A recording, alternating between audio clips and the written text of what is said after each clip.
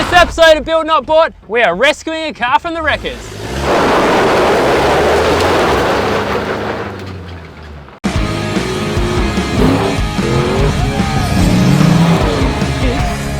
Sam from Built Not Bought.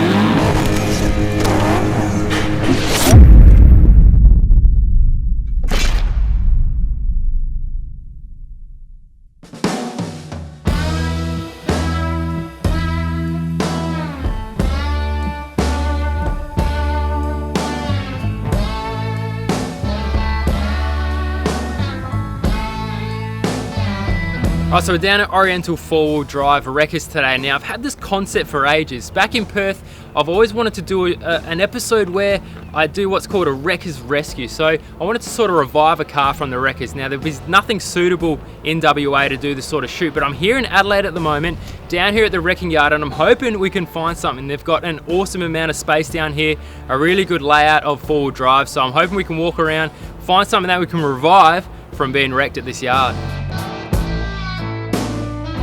Right, so you know this place better than anyone else here, obviously, including me.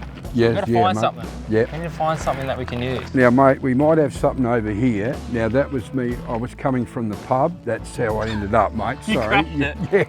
Yeah. Well, let's not use that one, then we'll have an accident. No. Good point. I'm basically the yard foreman. I've been here just over 14 years. So I can go to sleep when I want to. No. So I basically run the yard and and do scrap metal and keep the place nice, neat and tidy. We wreck Nissans, Land Cruisers, Mazdas, a variety of 4-wheel drives. I reckon we'd have about at least 700.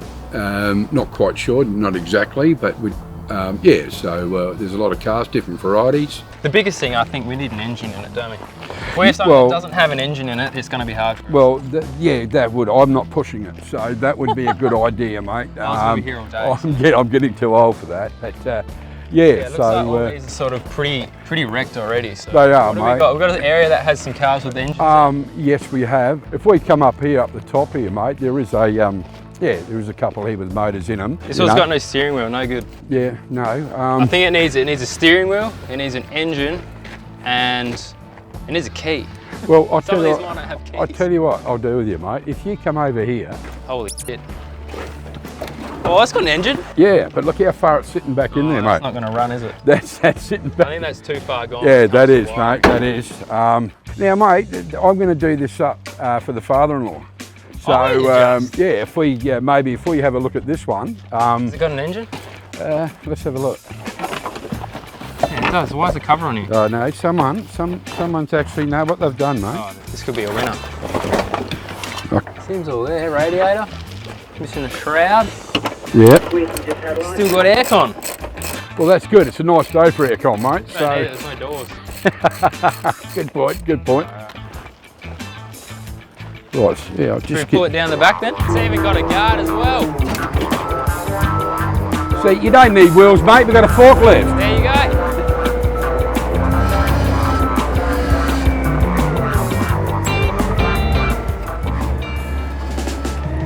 So we ended up finding ourselves this late model Ford Ranger. Now, it had pretty much been stripped right down to the chassis, but it had a couple of key features: an engine, a cab, a steering wheel, and everything we needed to revive this thing. It's ticked all the requirements. So we've got an engine, we've got a steering wheel, we've got a dash, it's even got a key, a fuel tank, no damaged suspension, but the car's been picked a bit. So I think it's a good base for us to start on. We'll pretty much try and get the thing running first, I think, get some wheels on it, see what's going underneath. And once we get the thing started, I guess it's just trying to get as much as we can on it to make it look like a car and less of a, I don't know, chassis and an engine. So let's get to it. It's time to write a to-do list. All right, so we need to see if it runs, basically. Yeah. So what do we need to run? Mate, we need to make sure the battery is charged up, ready to go. Battery plus just electrical in general, just make sure we've got the signals. Fuel, to make sure we got fuel. Now we could do rims and tyres, or you want to run it? Yeah, no, do you want to run it? Okay. Wheels, so guards we need to add on. Pull bar. Pull bar, bonnet. Yeah, bonnet if we can find one. I've got a door that we can, nice colour, we do can whack that on if there. You can find a door. If you can't find a door, you're sitting on that side. Mate, I reckon we're onto it. It'll start looking like half a car then. Yeah, it will. I'm going to cut the exhaust off because I feel like it. So that That is a short list for now, but we'll see how much longer it gets throughout the day. Exactly. No, well done, mate. Yep, the paper paid off. Let's see if we can get this thing running. All right. Yep.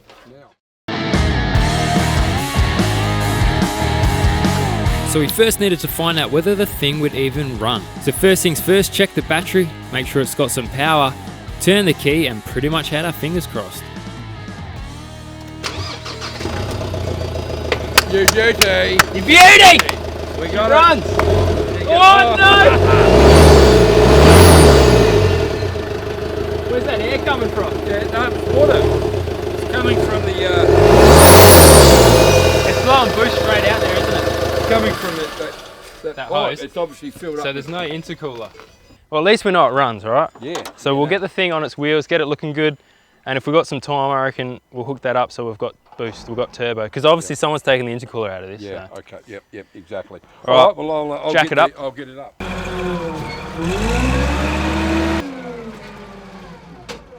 Now I had this vision from the start to put the smallest tyres I could fit on the front. These are 15s being a two-wheel drive, four-wheel drive are 16s, right?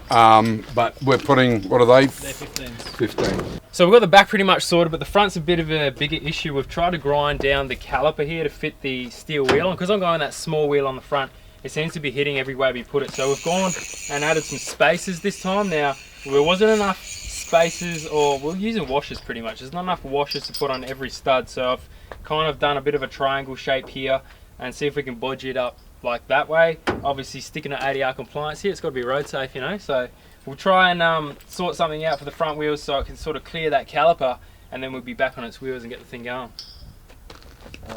So my brother's kindly donated a set of 35s for the rear, his spare tyres. Well, let's face it, I just stole them off the back. But that should solve our issue of big tyres versus small tyres. So flashback to the 40s on the Falcon video, a bit of inspiration from that. But I thought I'd do something different with the front and make it sort of rake down a bit for a bit of a mean look.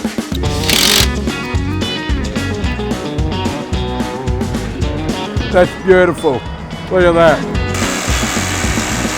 So after pulling the exhaust off for no other reason than making a bit more noise, it looked like we had a bit of direction on this now. Alright, that's clear. It's worth more now.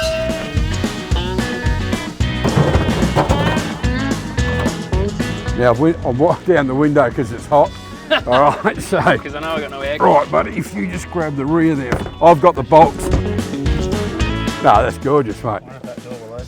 You can still sit on this side because I'm not sitting there. Yeah, no, that's right, mate. That's right.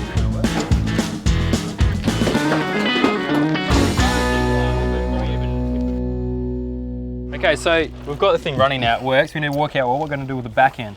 Well, Sam, I thought if it's, what we'll do is we'll grab the big fork, we'll grab that cab over there, and yeah, that so cab. So you face it the other way? Yes, I yes. like what you're thinking. And Sounds better than a tray. I'll sit in it and see who goes forwards and who goes backwards. That's right, yeah. No. So yeah, we'll sit it on. Yeah, exactly. So yeah, mate. So I'll grab it now and we'll sit it on. Let's do it. Yeah. Okay.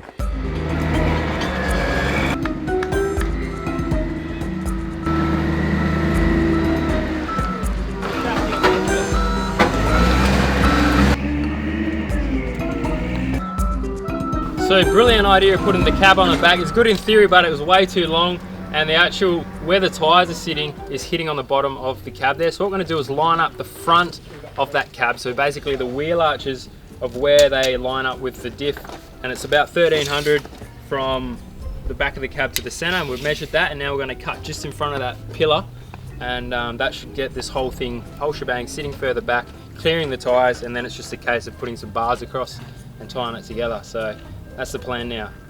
It's still, what's the word? Hopes and dreams are still alive. Holy shit. You've been waiting to pull this thing out all day, haven't you? Yeah, mate, I have, buddy.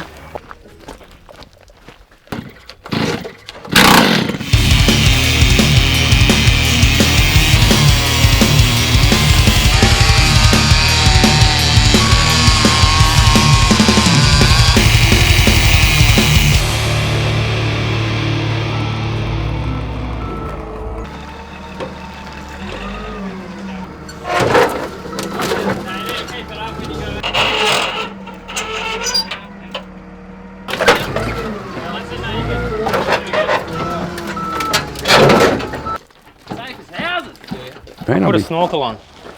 Yeah. So we're good to go underwater now. I'm going to put some lights on. Every good forward driver knows that you must have a good set of spotlights on your car. So we're not going to do this lightheartedly. We're going full throttle with these spotties. I've got about 4 spotlights and 3 light bars. We're going to put them on the roof, on the bull bar, on the, I don't know, whatever this is, the radiator cross member to light. Mate, turn night in today, that's what they reckon.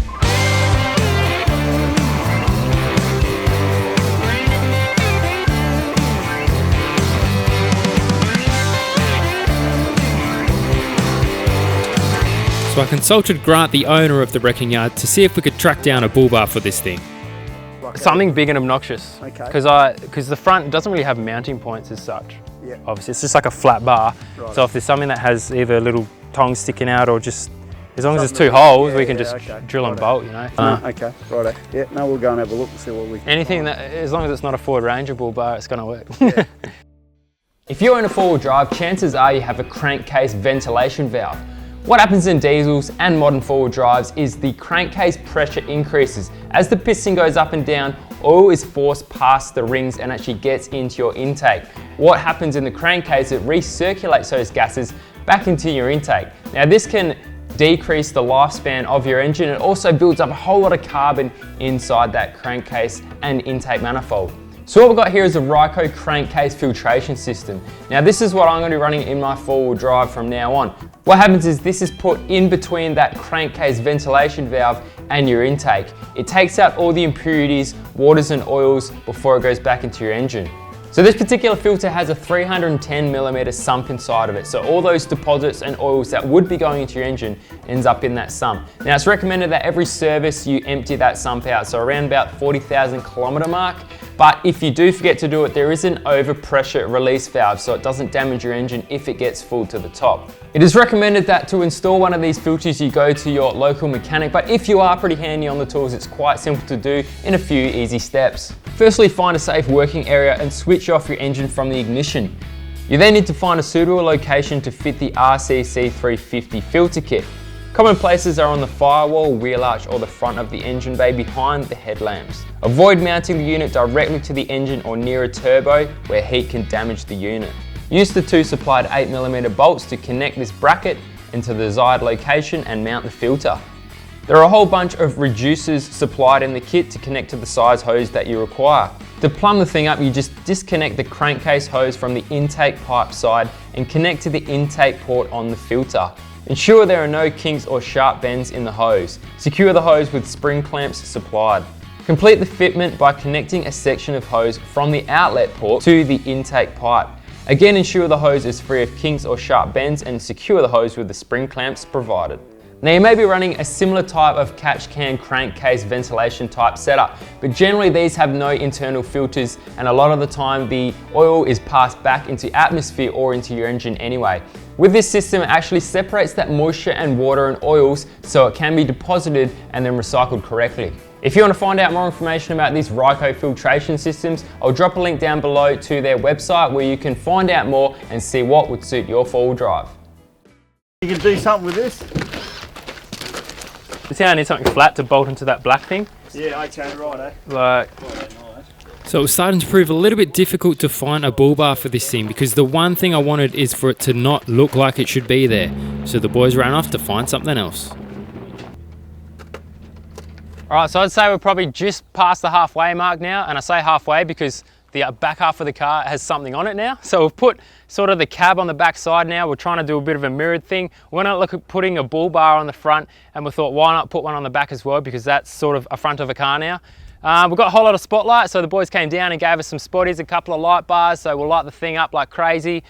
We know it runs, we know it drives, so it's pretty much just making it look a bit funny now, get the thing running, and hopefully it's sort of call it a day at the end. But it's really, I think we've given this car a new lease of life. I'd love it if the guys sort of had the thing running around the yard for a few more weeks, just to, you know, give it a bit of a happy life before it gets destroyed and wrecked like the rest of them here. So things are looking good. Yeah, alright. Now, alright, I'll do the roof first. Now, I was kind of in two minds about this back end. Earlier, I found this old skip bin that I wanted to put on there for like a ute tray.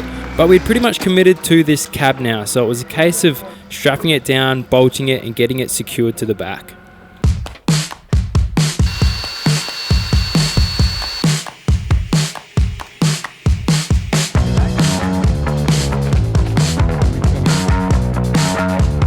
Yeah, go straight with your eye, and then just do the Subaru look, just straight across there, nice low door.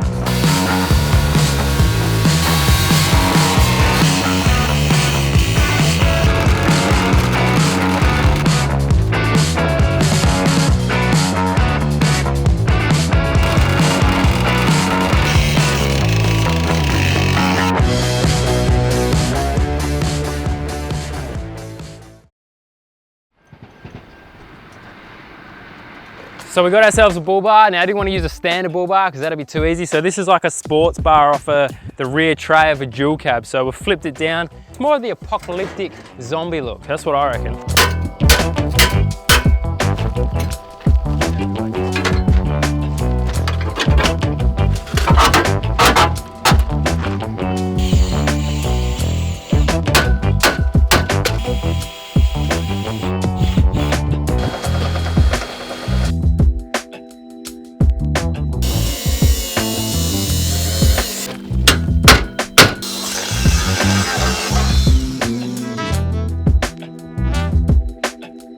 Now it was time to get some boost back into this thing.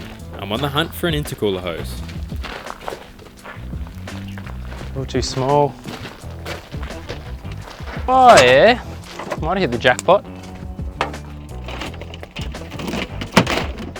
That could get us out of trouble. Alright, found an intercooler hose, which means we've got some boost now, which will give we got a lot more horsepower. So this is to she'll hold.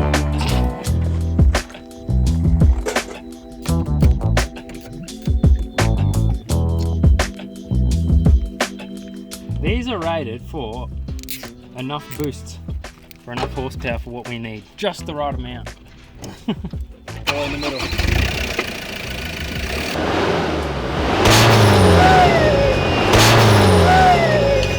We found the weak link.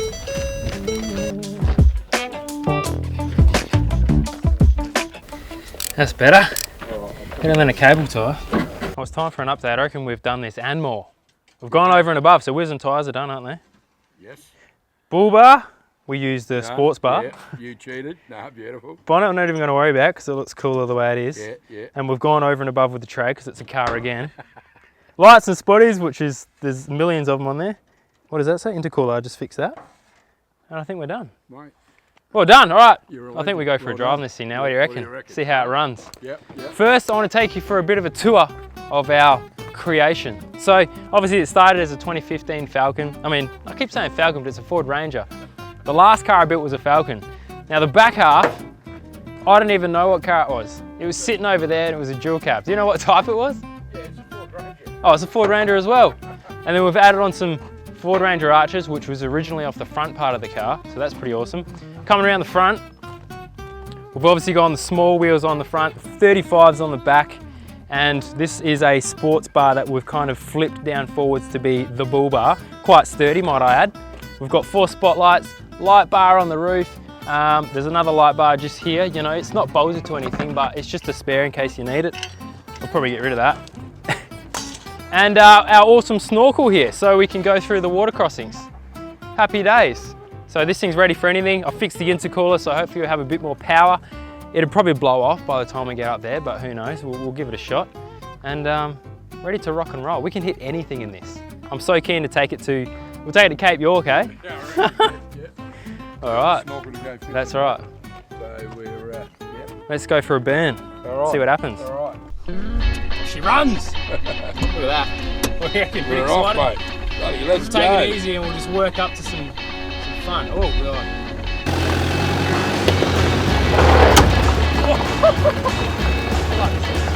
I feel like this thing's just going to kill you in an instant.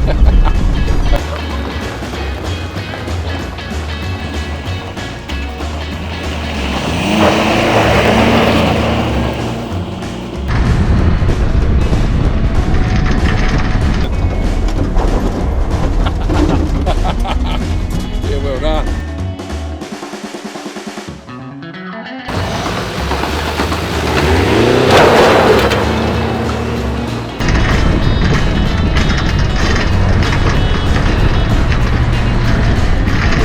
See, we can go to a record yard, do some rally driving, mate. That's right. Oh my god. There we have it. Alright guys, if you enjoyed the video, make sure you subscribe, hit that like button, and I'll see you guys in the next episode of Built Not Bought. And thanks to Mal again. No worries. See you guys later. Peace out. They say the definition of subscribe is to arrange to receive something, typically a publication, regularly by paying in advance.